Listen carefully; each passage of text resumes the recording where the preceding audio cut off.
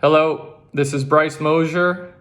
I'm working on assignment 1 in week 2 for ITL 530. The prompt here is dealing with building positive relationships and community/school support and how to gain that. So first I want to thank Instructor Preston for being flexible with me. I haven't had in-classroom experience yet. I haven't student taught. So thank you for letting me use my experience as a high school baseball coach to kind of touch on these principles that we're talking about in the prompt. When it comes to what we're talking about here, I just want to note that the aspect of mindfulness and social emotional learning strategies are so important here when it comes to building relationships and engaging with the public. In the Frontiers in Psychology academic journal, it says that mindfulness and learning says that attention to mindfulness when speaking to students about behaviors gives them more comfort and will help us influence them more as educators. Just thinking about how we're going to approach situations and taking into consideration what other people are going through on a day-to-day basis. Just coming from the perspective or thinking about life from the perspective that, life is difficult. It's not the same for everybody. We don't know how other people are brought up, if they're having relationship issues, they're having issues with parents. We don't know what's going on. So just to have that mindfulness when we approach students, when we approach community members, I think it's going to help us tremendously, especially when talking about the prompt that we are addressing here. Also in the National Journal of Public Medicine, this says that SEL concepts are addressed when they're addressed in elementary and secondary education on a consistent basis. The most frequently occurring components of social skills, feelings of identification, and behavior skills are all improved. So again, this is just kind of echoing the same thing with the mindfulness, learning how to communicate, make eye contact, have warm communication styles, good nonverbals, be inviting, show love, show care, show happiness. That's all going to benefit us when talking about our prompt here. So to start, community outreach, supportive agencies. I'm a head coach at Grossmont High School. This is my first year as a head coach. I've been on campus for 2 years now as an assistant. I've learned a lot about myself. I've learned a lot about how to communicate and relate to players and students. But this is my first year on actually having to dive in and make these outside connections with community members. So what we're doing as a program right now, we're reaching out to the Little League Baseball Association of America. We're partnering with a local Little League named Fletcher Hills right down the hill from our school. We're partnering with another Little League named Rancho de Oro. It's also very close in proximity to our high school. And we're fortunate enough to have an alumni from Grossmont that is pitching in the big leagues for the San Diego Padres. So we're also structuring a relationship with the Padres and trying to come up with ways where our kids can give their time to make the community around Petco Park better.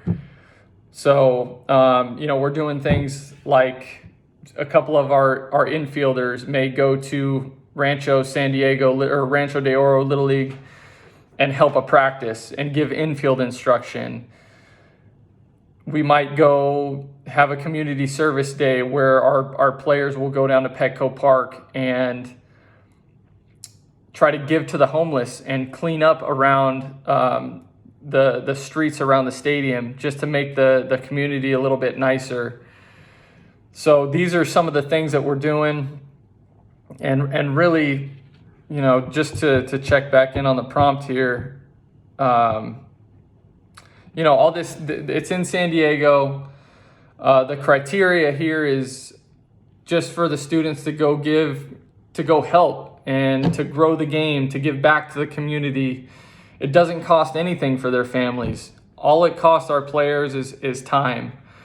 So those are the two agencies that we are partnering with: Little League Baseball, San Diego Padres. We're finding ways that we can help make the community better and partner with them. I've found over the years that if you give, you're more likely to sometimes get compensated. So maybe it's something where we help the Padres clean up behind home plate or the parking structures, clean up trash. They might help us financially in getting seed or clay or turfus for our playing surface. So those are all things to consider, especially when you're in high school education, when you're in secondary education. There's not a ton of funding sometimes for athletics, depending on the school that you're at. At least that's what I'm learning so far. So to go further, the 5 strategies we can use to connect with parents or community or the community. You can schedule Zoom calls. This post-COVID era, a lot of companies have gone to Zoom.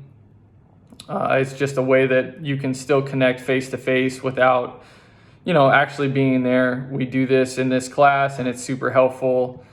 There's just a certain element of seeing someone and speaking to someone, face-to-face. Even if it's on a screen, you can, just like I said, you can read their nonverbals. You can decode messages better as a listener when you actually see someone.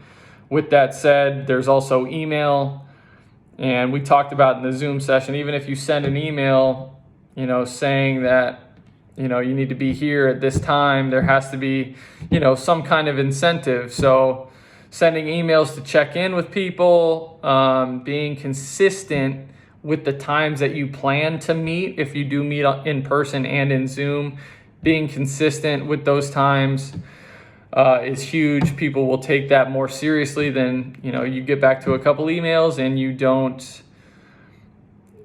follow up thereafter. So those are a couple ways. I've planned parent and player work days where, I set up a 4-hour field maintenance day where we pull weeds, we throw trash away, we paint the clubhouse. That's all creating good group synergy, not with our team, but with the whole community, with parents, with alumni.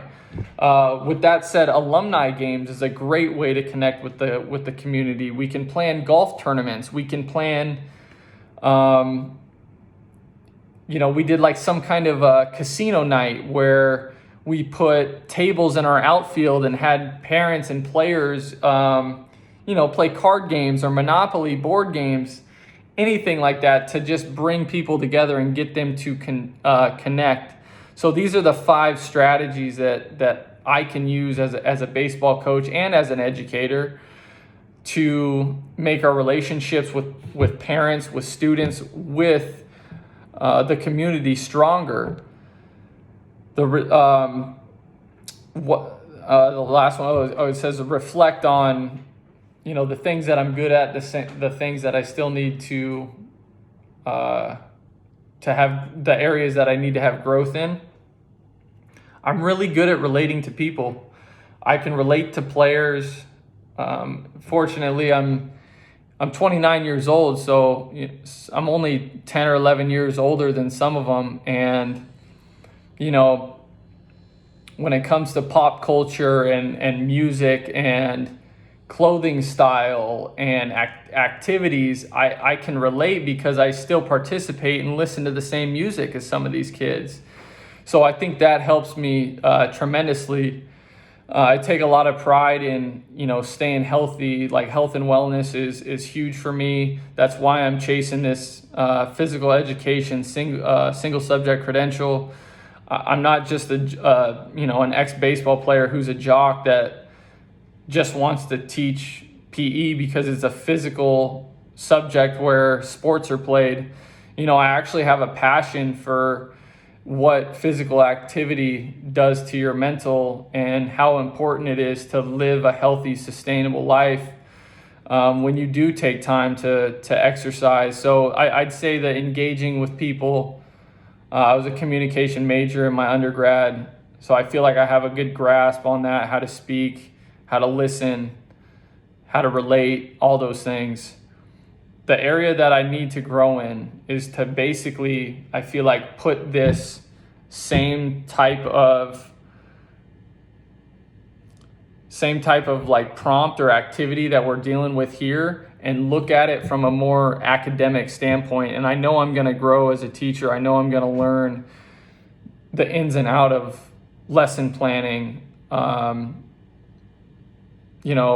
curriculum, all those things. But how do I, as a teacher, not as like a baseball coach per se, but how do I do this in an academic setting to bring these relationships, to create these positive relationships in an academic class?